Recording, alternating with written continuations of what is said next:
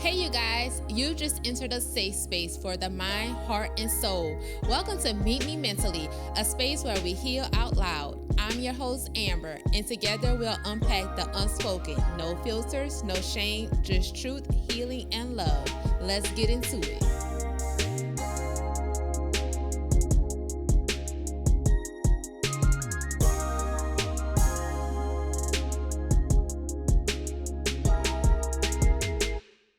Hey family, welcome to Meet Me Mentally. This is your girl Amber, of course, and today is a very special topic, navigating loss. And so I have a special guest today. You may know her sometimes by Vamped by Val.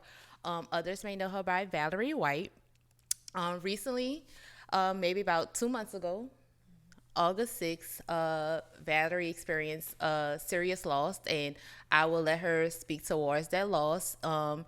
But the loss was her son, Jaylen Smith. And so, Val, thank you for giving me the opportunity to discuss this with you. And like I told you, I'm extending all the grace. If we have to take a break, if we have to do anything, you let me know because I am here for you. But to get started, I want to give you the platform to speak about your son, your baby, Jaylen. Hello, everyone. Amber, thank you for inviting me. It's an honor. Um, it's a hard time right now. It's still fresh. But I could talk about Jalen all day. Jalen was an amazing kid. He was my sunshine. I had two sons, but Jalen just he stood out. You know, Jalen was a caring kid. He loved his sisters so much. He loved his brother so much. He wasn't the oldest, but he was the protector. He outspoken, can make you laugh, had a smile that'll light up a room. He was a day maker. He was my hype man. If I'm feeling down, he's going, Mom, what's wrong? What's going on? Come on, girl. You're too pretty. Come on, let's get up. That was Jalen. Everyone loved him. Um, and he had a bright future ahead of him. So that was my baby Jalen. Look, and my heart goes out to you, your family, especially your kids, because I'm sure that is something that, they're dealing with on a daily basis. Um, I also want to give a really quick disclaimer to my guests that this is still a pending investigation, and so it's certain things that we won't even get into in regards to Jalen's case. But Val has said that she can go ahead and discuss exactly what happened that night because you were there, correct? So, question is, can you actually share what happened to Jalen and how he was taken from you? Yes. August 6th, we were at home. All of us, all my kids, my boyfriend, my cousin, and my cousin-in-law. I just had finished doing her hair. So we was clowning, outside of my house. And Jalen came outside and he walked straight over there to the backyard. And not even a minute, we heard the gunshots. And my boyfriend said, Jalen just walked over there. And I said, y'all, hold on, where my baby at? And I walked up the step, maybe one step. I walked up one step and I turned and I saw him laying there. So I heard the gunshots. I heard the cars, speeding away. Um, and I was just numb. The only thing I could say is, y'all, my baby on the ground. Somebody go get my baby. Because at that point, I couldn't move. I couldn't move. I just saw him laying there. And my heart was beating like it was about to come out my chest. So my boyfriend went over there and I don't want to curse, but he cursed and then he came in the house. He went in the house and he got my oldest boy. And he went over there and my son was like, who did this to you? And, stuff like that.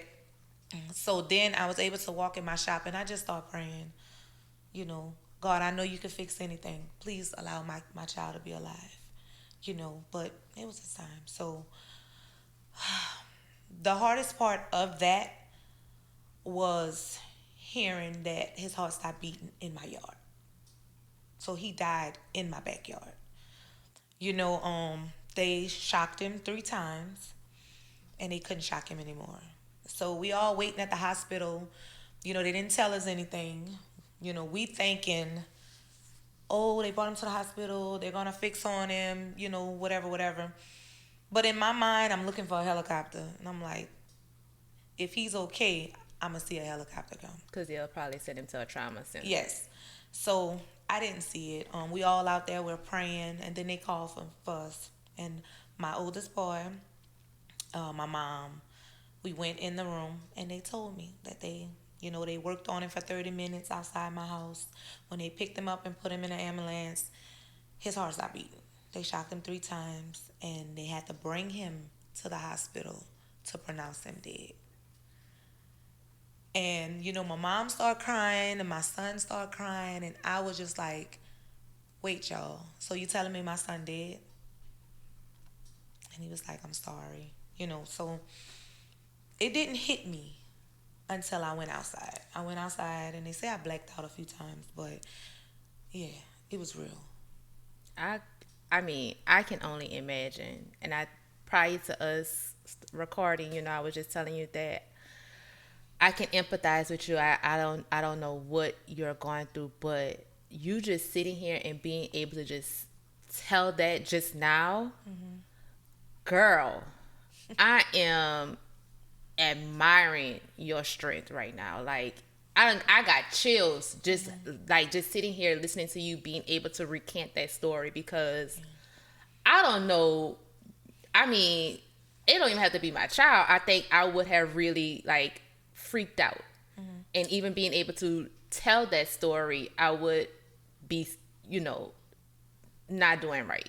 So I commend you. I mean, but that only goes to attest to the strength of a mother. Because, that's your baby, but you also have 3 other babies that you have to be strong for. So that I commend you for, girl. Thank you. How, speaking on the 3 other kids and family, how have they been dealing with it? Well, my oldest boy is my quiet one. But it's like after Jaylen passed, it's like that personality that Jaylen had kind of went in him. And he would see me crying and he would come in there and he would talk to me like, Mama, Jaylen wouldn't want you to be like this. Come on. He'll try to make a joke, stand me up, try to dance with me. I really find strength in my kids. My oldest boy, again, he left for the Army a month and 2 days after his brother passed. And that shows me strength, So for him doing that, I have to pick myself up, because that's hard to leave away, to go with people that you don't know. You don't know what's going on with your mom and your sisters and all that. So I applaud him.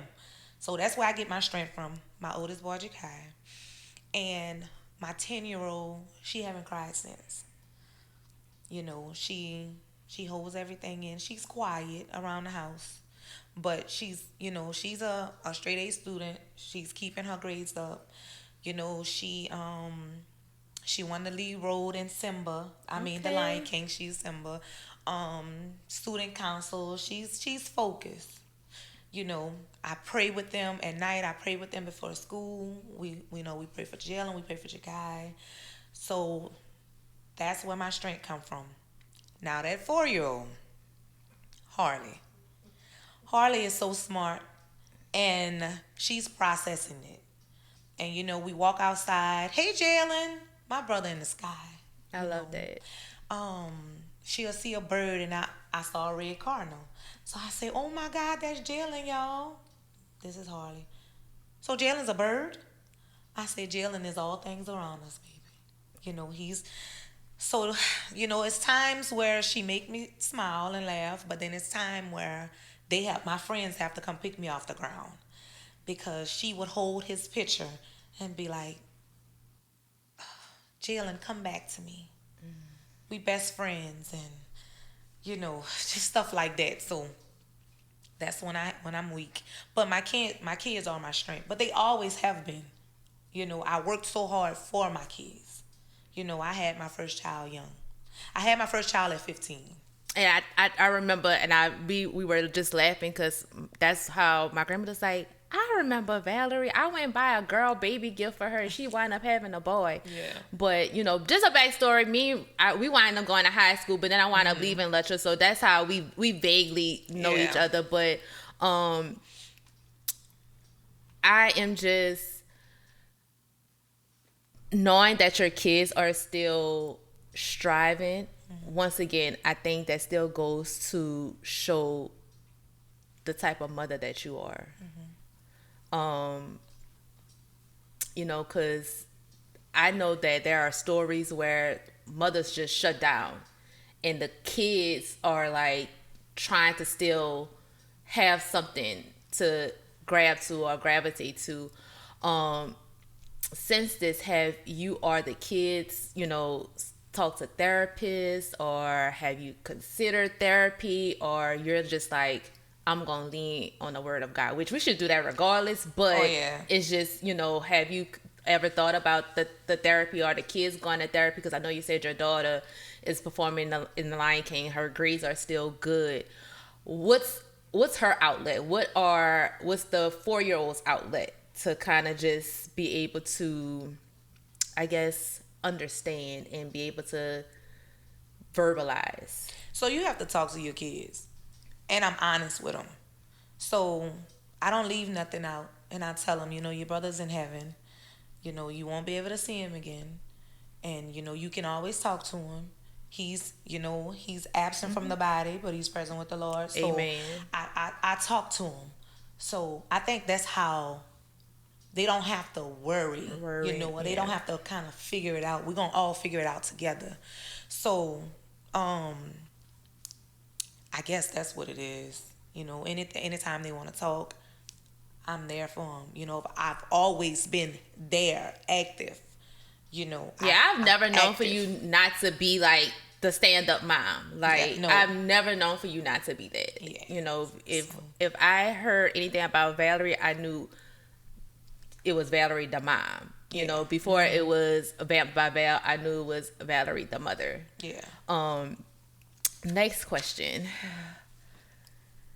I know we talked about the support and the kids' well-being. How is your mom? It's hard for my mom, cause it's like she lived at my house. We stay 10 minutes apart, but she helped raise Jaylen. So she's always been there. Yeah. It hurts her so much. Days she have to walk out the house because I know she's about to break. She called me in the middle of the night because she done had a dream or something like that. Well, can I take you back to August 5th with my mom? Let's go. So August 5th, she had a dream that she was at the casino and she was just sitting there and I was ready to go. So I hit the machine and money just kept coming. Like it was just overflowing. So she called me that morning, August 6th. She called me that morning and said, I had a dream that we won a lot of money and you hit it. And she was like, I hope, me dreaming about money is not that. That was August 6th. My baby died August 6th. Yep. So her dream, the tongue is a powerful thing. Yeah. So she spoke it. And then, I'm not saying she made it come to life, but maybe God was giving her or preparing, and speaking on that, how has your relationship with God? So I've always been a praying mom. I've always prayed, talked to people about God, try to bring them closer to God. But I am the closest now because it's like this is my biggest loss. So I can't go run to nobody else but God. So now I'm reading the Bible more. I'm praying with my girls more. I'm talking to my friends about God more. I have people that didn't believe in God reading the Bible now. So, I'm closest. I'm doing what I'm supposed to do.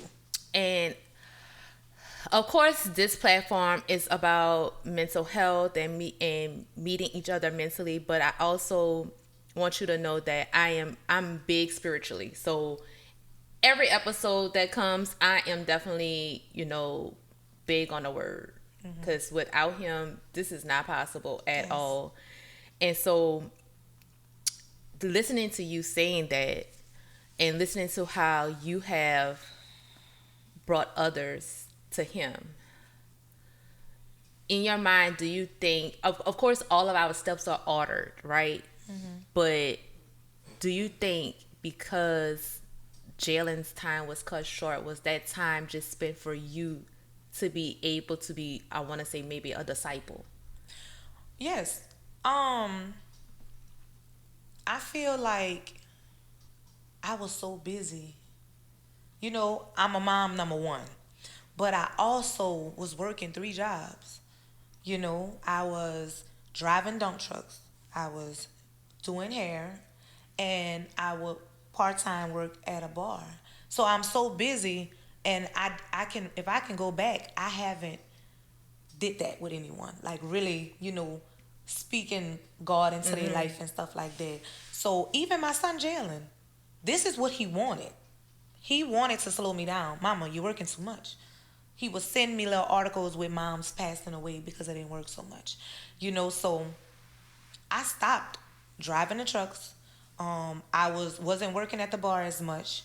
And I was gonna just do, my hair and my transportation business. So August 5th, I had stopped it all. Oh, wow. And August 6th, he died. He was your angel on earth. He was my angel on earth. Yes. I got chills. Yes, he was my angel on earth. Angel Yes. on earth. Mm-hmm. That is, whew. Yep. What has been, and I want you to definitely take some time with this question. What has been the most difficult part of this journey for you emotionally and mentally? Just the fact that he's gone. I talk to him every day, but the fact that I can't hear him talk back, I can't see that smile, I can't hug him. Jaylen used to always run to me and kiss me right here. I can't feel him. So the fact that he's not physically here, that's what hurts the most. My 4-year-old slept with him, always with him, you know. So that's the hardest part, that he's not here. You know, the strength that a mother have to have. We have to have it. They always tell me, "Oh, girl, your strength is remarkable, this and that." But we have to have it. I had my first child at 15, so I had to build. Yeah. So and that's another thing that hurts me. The fact that I had my child at 15, that was a new beginning for me, and I lost my first child at the age of 16. So he didn't have that new beginning. He didn't have that. Well, I'm gonna take that back. He does have a new beginning with God. Go God. But emotionally, that's what it is. Mentally, I can't get him out of my mind. I have so many memories of him. And the memories that we want to forget, me seeing him laying on the table, the first night I'm seeing him laying on the table. I went and did his hair that Thursday before his funeral. I went back Friday. Just him laying there. We want to forget those things, but I can't. I can't forget it. So that's how I am mentally and emotionally. If that answered the question. No, that definitely answers the question. Mm-hmm. But I don't think you should forget that. Like, that's I and I don't want to. probably came off sounding insensitive, but I mean that's your baby. You know, you done seen the good, the bad, the ugly. You know, you just telling me you being able to do his hair. That, I mean, that's y'all last moments together, really. You know, it might not have been where he could have responded back to you, but that was y'all moment. Yes. Um. So I asked. I don't know if it was the funeral director. I asked him to go get me some scissors, and I really didn't need no scissors, but I wanted that one-on-one time with him, and I was just all over him, kissing him. I found a piece of his neck that was soft, and I'm kissing all over my son. I went to his feet. I'm hugging him, and I'm talking to him, and I'm telling him I'll never let him go. Like, I'm going to live for you. So I think that's where my strength came from that day. Like, just having that one-on-one time with him. And you keep that. You keep that because his life is a bigger purpose for you. You might not see it right now at this moment because it's still fresh, right? It's just a couple of months. But just listening to how you talk about him, just listening to what he, in his 16-year of life, what he has done, he came for a purpose. Like I said, might not see it now, but it's gonna get there. And I always say that God puts us to these certain tests that we don't know what the test is about until it's time for us to pass it, and then we realize, wow, your strength is this test. Your strength is this test, and I know that it's very gleamy and gloomy right now.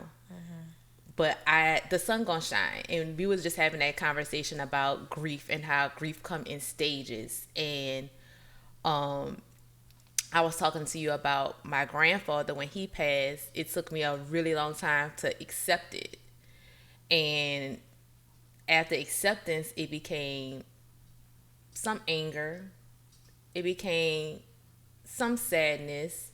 And even with that, I still get a little piece of sadness because I was telling you, like, I would see a vehicle that looks just like what he would drive, and I'm like, man. Or if I need something done at the house, that was my go-to person. So I know for you, what stage of grief are you at the moment? Honestly, I don't know because I have mixed emotions all the time. I could be happy, sad, angry, hurt. You know, I'm strong at one moment, and then I say, well, let me go take a ride. Let me go talk to Jay at the mausoleum. And I'm weak at the knees when I get there. It's like I can't even stop crying because my baby is on the other side. Well, his shell is on the other side, and I cannot get him. You know, so it's a lot going on with me. And not to get too much into it, but where does your anger come from? My anger comes from the fact that my child is no longer here, and the people that's responsible for it and they're out. So that's my anger. My anger is not questioning God why, but I want to question them why. You know, like, what was the reason? Why you had to do him like that? You know? So, yeah, anger.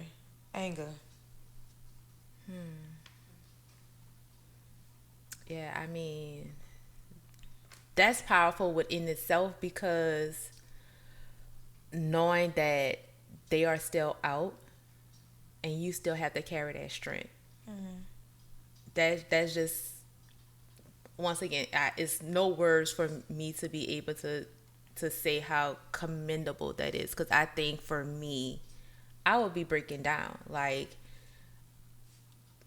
I wouldn't even know how to really go about my day-to-day knowing that someone has taken something from me and it's all good on their end. Not saying that, you know, it's all peachy key, because guess what? It's not peaches and you cream. know, there's a guy that sit up high and look down low. And he clapped real loud. You know, and so they have to sleep with those demons at night. They have to sleep knowing that they took a life. You know, we are going to go ahead and take a brief intermission, gather ourselves, and we'll come back and reconvene. Thank you. Okay, family, welcome back. We're going to get right back into it. And now we're going to speak a little bit about community. And how do you feel your community has been supportive in the aftermath of Jaylen's death? Wow. Just wow. They showed so much love for the funeral, after the funeral. I had a room, well, Jaylen's room was full with donations, and I made a mistake and I sent $750 to the wrong person, and I posted it on Facebook, not for no one to send me money, no, but to let them, if they knew who the person was, to just let them know that, hey, she made a mistake, blah blah blah blah, whatever. But that 750, people in the community turned that 750 to like close to $4,000. Wow. They sent so much money, like 1,000 here. I'm looking like, what? 750, 100. It didn't matter if it was $1 to 1,000. I was so grateful that people thought enough to try to, help me, And like I said, I didn't ask for it, but I'm just so grateful that they loved me. They loved me, and they loved my son so much to where they said, let's help this mother. Yeah. And the text messages, the DMs, the inboxes, it was just overflowing. Like, I know what you put in this world is what you get out. And that's why I'm the same person. My heart can't turn cold because I've always been this giving person, always been this caring person. And that's why they showed up for you. That's why they showed up That's for why me. they showed up for Yeah, you. so I'm very grateful for the community. I'm grateful for my family, my friends. They were there for me. Now that everything is died down, I have that handful that's still there every day with me. I have someone who I wasn't close to at all text me every day. Every day. So the community showed up. Yeah, I remember seeing, I think you went Facebook Live, the balloon release. Yeah. And just the sheriff words alone had kind of touched me, because I'm just like, no other sheriff would have been out there. No other sheriff would have spoke those words. And once again, that just goes to the person that you are, because so many people showed up. There was so many people out there. Yeah. My goddaughter, she when she went to lunch, I think her and Jaylen must have had class together, because she texted me and she was like, my friend passed away. And I'm like, girl, who? Because I'm thinking, like, what friend of yours done passed away at this young age? Yeah. And she told me, and then I put two and two together, and I was like, oh. I was like, yeah, they're having a balloon release for him. And I think that was another reason why I knew that I needed to reach out to you and talk to you, because I'm really close to all my god kids, but that 16-year-old, that's like my baby. Mm-hmm. I make sure that she's always good. And she just was texting me about going to Southern Homecoming, and girl, I immediately like, I don't think you should be doing that. But you gotta extend grace, and you gotta allow for them to grow. And you said something while we took a break, and that's kind of sitting in my spirit. And you said that he was at his place of peace. Yeah.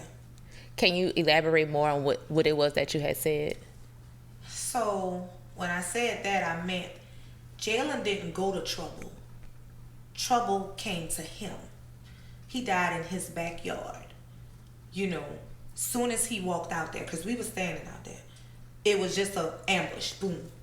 So it's not like he went and started something, he went walk somewhere. No, trouble came to him, to his home. So that's another hard part for me. That I have to walk outside my house every day and see my child laying there. I don't even like to go to the store or come home late because it's dark. And when I look over there, it's like I see my baby laying there. So that's a hard part for me. Yeah, when you said that, I was just like, man, where are you supposed to be your happiest? Yeah, your safe place. Someone that came and disrupted that took you from it. I know this is gonna be a hard question, and if you can't answer it, let me know. But what do you hope justice looks like in this situation? I can answer. I feel like you take a life in the justice hands, the justice side. I feel like your life should be taken, not taken like meaning killed or anything. I feel like you're grown enough to commit a crime like this that'll take someone's life. You need to go sit down for the rest of yours. So that's what justice for me would look like. I understand. I definitely I understand. If you, like you said, if you're grown enough to take a life, you should be grown enough to the consequences behind that. Consequences behind it. Yeah. And with that being said, my child, soon as he got shot, he was unconscious. Even if he still had a pulse, which I don't believe he had a pulse, but if he still had a pulse, he was unconscious. So that means that he didn't feel. He didn't suffer. My child did not suffer.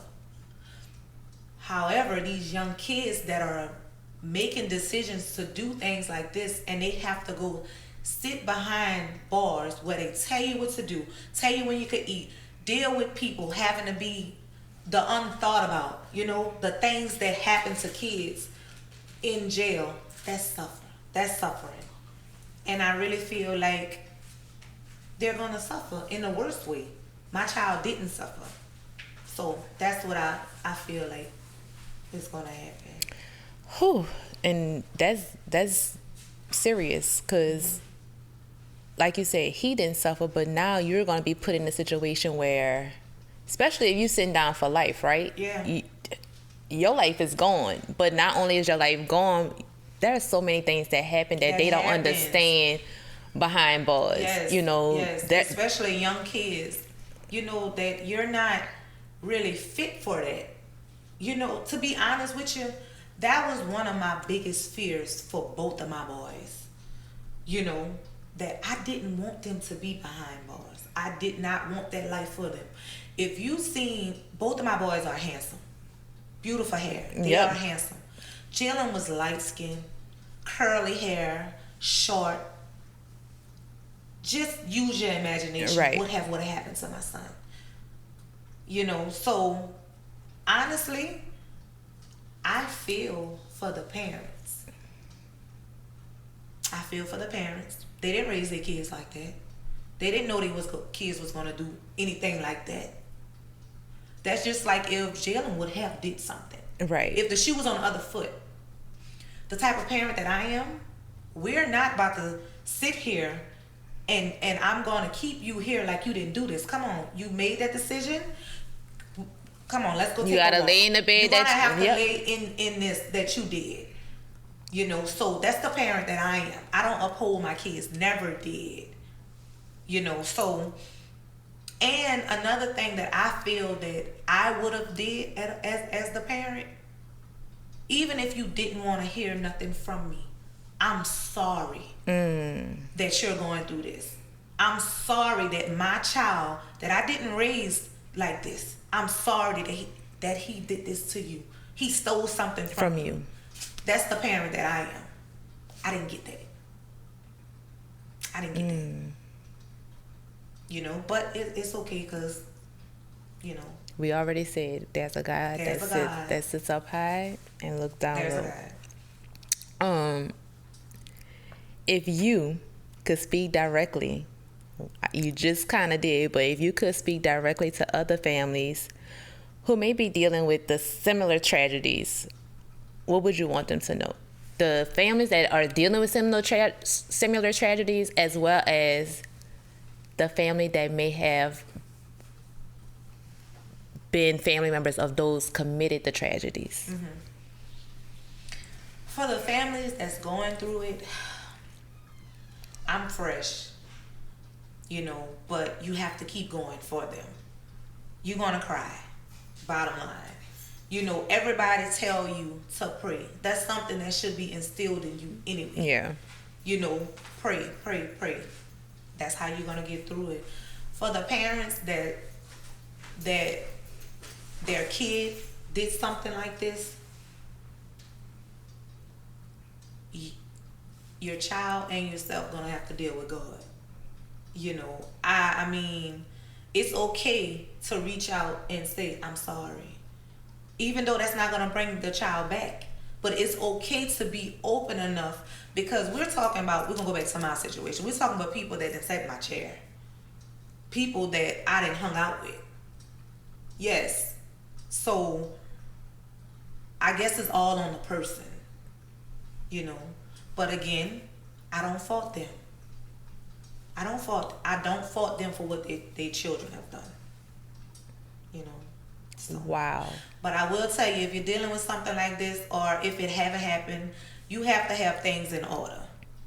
Like, I'm a young mother that had things in order, life insurance, wills, this and that. You have to have stuff like that, because funerals are not cheap. Oh, My son's funeral was $24,000. And that's why I work hard, But you have to just have things in line. And I know that we kind of off camera were talking about a little bit of the mom guilting you about you working hard to provide for your kids. And like I said, I can stand 10 toes down and say, when I knew of Val, I knew Val, the mom first. Mm-hmm. And so I know that you were saying that a part of you felt a little guilty because you always was making sure that they wanted for nothing. Yeah. And the day that you decided that I'm gonna drop it, the next day you lost Jaylen. Yeah. What do you say to the parent, to that mother that's doing the same thing? Because even though you was putting in the work, you also had something to be able to say, I don't have to do a GoFundMe for my child. Mm-hmm. My child has a policy, because I've made sure of that by working hard to provide all the necessities all my kids can have. What do you say to that mother who's also kind of right now feeling guilty that they aren't as present? I'm not gonna say aren't not present, because you definitely, I'm sure you was at every function. Yes. You made sure every function but the guilt that you were feeling, what do you say to that mother? Try to balance it. I was in tunnel vision, just trying to get it, because I had a plan of buying my boys dump trucks. And it's something we had talked about. So they knew what I was doing, but they also need that time where if something is not going right with them and they want to talk, but you at work and you doing this, just try to find balance with that. Always talk to your kids. My kids knew one thing: Mama loved them. I showed them love. I showed them that I'm here for them. But I was working 3 jobs, and I actually stopped all of that because of him. He wanted me to slow down. It's not like I didn't have the money. I just was trying to keep the money coming. So I was like, you know what? Yeah, they about to start school. I'm going to slow it down. That Wednesday, August 5th, I called the guy I was driving trucks for, and I told him, hey, I'm going to just chill out with the truck for a little bit. My kids starting school. I need to be here for them. Did that. I had slowly stopped working at the bar. I stopped working there, and I would do it like once a month. And I would do my hair at home, but I'm at home. Right. I have my shop at home. So I was just gonna do that and start my transportation business. So I thought I had a plan, but that wasn't God plan. That wasn't God plan. That wasn't God plan. So August 5th, I stopped all of that. August 6th, I brought him to school. I actually went pick him up from school early. And I said, after I finish doing hair, I'm a cook. I'm gonna cook something for y'all. I was like, all right. I told him this another thing, just to go back with that. I told him to go take the trash out. A 16-year-old, they gonna take it out. They gonna take it out when they want to. Mm-hmm. That day, he said, all right, Mama, take it out right now. I was like, all right, Jay, all right. I'm going to do hair. I'll be back. That was the last time I talked to my child. Mm-hmm. So I would say to the mothers, just try to balance it out. That job going to be there. We need the money, but that job is going to be there. Just balance it out to be there with your children a little bit more. I feel that. I definitely feel that. Couple more questions and we're gonna be wrapping it up, but I definitely want to ask this for Jaylen legacy and moving forward. How do you plan to keep his memory alive? So I have a transportation company called Vale's Care Transportation. I'm swapping that over to Jaybird on Wheels. So my transportation, I'm gonna do that. I'm actually gonna still get the dump trucks and name it Jaybird LLC. Okay. And I'm gonna start a foundation, for young boys. I'm gonna do that. It's a lot of things that I have planned. Well, I am here for that, and however Meet Me Mentally or me myself can be of any assistance, please do not hesitate to reaching out. I just let you plug a couple of businesses just now, girl. Thank you. Look. So, and just to even go on that, your transportation service, what does it consist of? Like, what you're transporting? I'm a softie to elderly people. So I wanted to transport them to doctor visits. Okay. Pick them up from the nursing home, bring them wherever they needed. But I started with kids. I started bringing, I ain't gonna say kids, young adults to college, picking them up, to and from. That's. Girl, you have, when I tell you, a true testimony. You, like I keep saying, you might not see it now, girl, but it's there. You have, y'all, that's just going to show the type of mother that she is. Your businesses alone was reflections of your kids. Like, it was about your kids. What's your hopes for the future, for yourself, for your family, for others that's impacted by violence? Hopes for myself is just accepting the fact that my baby is gone. Once I accept it and I can continue on to grow and, with my kids and stuff like that, I think I'm going to be okay with accepting it. That's the only hopes for me. Just becoming stronger. Bringing my kids closer to God, bringing people closer to God. That's something I really want to get into. One of my goals is to become a gospel singer. So I think I'm gonna do that. I'm gonna finish with my RN, getting that. So everything that I'm doing now always been for my kids, but now I have that little angel that's gonna really push me. That's motivating. Yeah, that's gonna motivate me to get it done. I told you, girl, he was here for a reason. Yes, he was. He was put here for a reason. God ordered his steps for a reason. And I pray, and I know that, just knowing you alone, that I know it's going to come to fruition. I know all that's going to come to fruition. To close out, what does healing look like for you right now in this moment?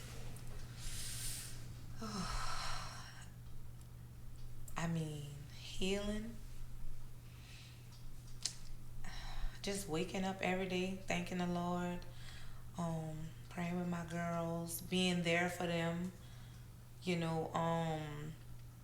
I cry every day, but then I have to snap out of it. So I don't know. But crying I'm is not. okay. I want you to know that crying is okay. Mhm. Crying is okay. It's not. It's not saying that you're weak.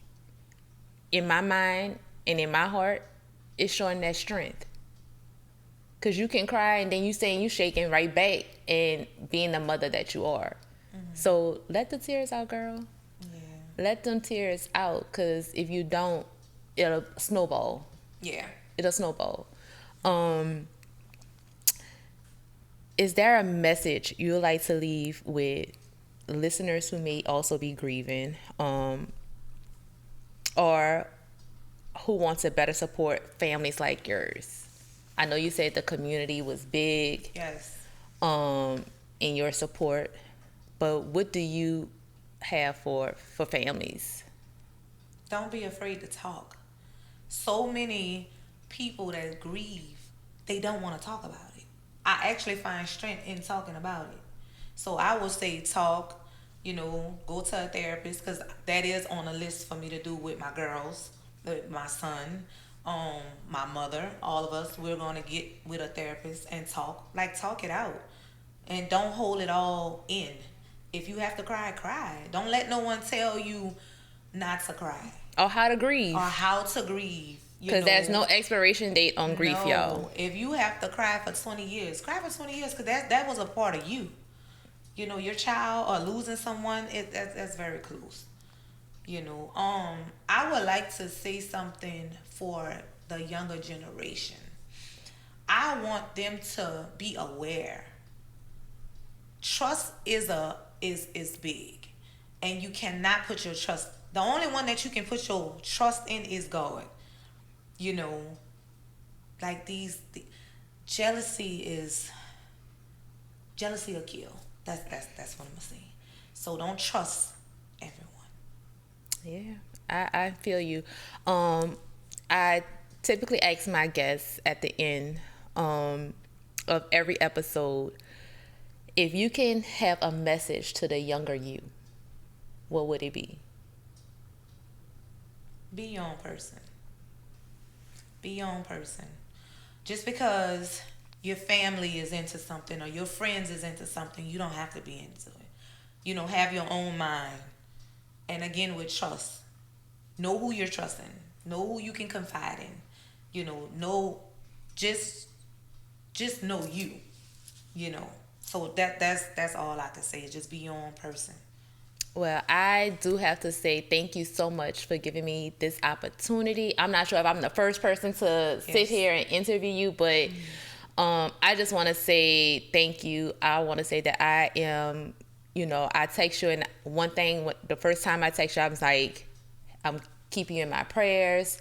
I always say that because that is facts. I don't know what you're going through, but as I sit here and just talk to you, and I know you held some tears back. And I'm just so amazed at you right now. And I am going to continue to pray for your family, pray for your strength, pray for your girls. But I see so much greatness happening. In this storm, I know that the sun is going to come, the rainbow is going to shine, because it's you. I know that you are going to get it together and be like, I got to do this for Jaylen. I have to do this for my other 3 blessings. So yes.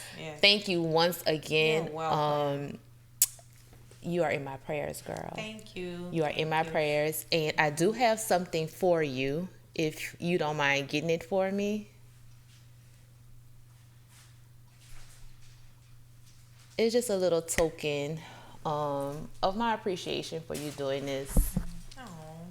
But some pink roses. Oh, thank you Once again, so much. thank you. No problem. Thank you for having me. Look, you ever need anything, you need me to send you some therapists, anything, please don't hesitate. I am always there. I also want to give a shout out to your bestie who is here. Cause I knew that you was gonna need somebody to lean on just in case. So I definitely hit her up, and I'm like, I need for you to come just to, be a sounding board, because I'm a weakling. I'll be sitting here being a crybaby too. But like I said, there's not enough words for me to say thank you. And I am praying for you. And if you need for me to show up in courtrooms or whatever to just place my hand on your back and say, you got this. Yes. I am there. I am there. But you guys, I want to say thank you once again for tuning in to Meet Me Mentally. Please like, share, subscribe, and once again, Meet Me Mentally. Peace.